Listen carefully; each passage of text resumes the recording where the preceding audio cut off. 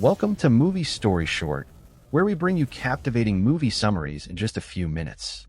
Today, we dive into the chilling and suspenseful world of Insidious, The Last Key. The movie begins with a flashback to 1953 in Five Keys, New Mexico. A young Elise Rainier lives with her parents, Gerald and Audrey, and her younger brother, Christian. Gerald works as a prison executioner, and their home is located near the prison's grounds. One night, Elise experiences a paranormal encounter when she hears mysterious whispers coming from the basement. Curious, she investigates but is caught by her father, who doesn't believe in the supernatural and punishes her harshly. Despite the trauma, Elise's connection to the spirit world is undeniable. Later that evening, young Elise sees a ghostly figure that terrifies her, and her father's punishment grows even more severe. In a horrifying turn of events, the spirit manipulates Elise into unlocking a mysterious red door in the basement. This act unleashes a malevolent entity known as Keyface, who kills Elise's mother, Audrey.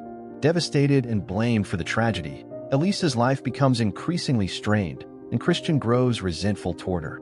Fast forward to 2010, Elise is now a seasoned paranormal investigator, working with her trusted colleagues, Specs and Tucker. One day, Elise receives a call from a man named Ted Garza, who claims his house is haunted. Elise is startled to realize that the house in question is her childhood home. Although return to the place of her darkest memories is terrifying, Elise decides to confront her past and help Ted. When Elise, Specs, and Tucker arrive at the house, they begin their investigation. Elise immediately senses a strong spiritual presence. As she explores the house, she discovers a series of strange and unnerving occurrences. In the basement, she finds a whistle that once belonged to Christian, a comforting object he used when he was scared. This discovery stirs Elise's emotions, as it brings back memories of her estranged brother. As the investigation progresses, Elise encounters a female spirit who tries to communicate with her. However, the appearance of the malevolent Keyface disrupts the connection, leaving Elise shaken. Determined to uncover the truth, Elise delves deeper into the house's dark secrets.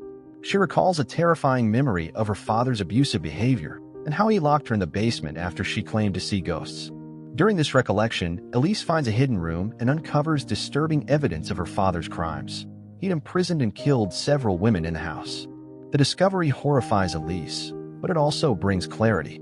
She realizes that the female spirit she encountered earlier was one of her father's victims, Anna.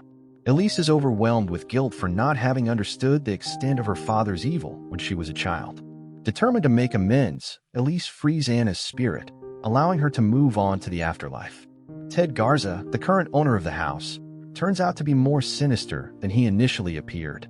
He kidnaps Specs and Tucker, revealing himself as a deranged man inspired by Gerald's actions. In a tense confrontation, Elise manages to rescue her colleagues, and Ted is ultimately killed. However, Elise's relief is short-lived, as the true threat, Keyface, remains at large. Christian, now an adult, arrives at the house with his daughters, Imogen and Melissa. He's still angry at Elise for abandoning him as a child. Despite their strained relationship, Elise tries to reconnect with him and offers him the whistle she found earlier. Christian rejects her gesture, leaving Elise heartbroken.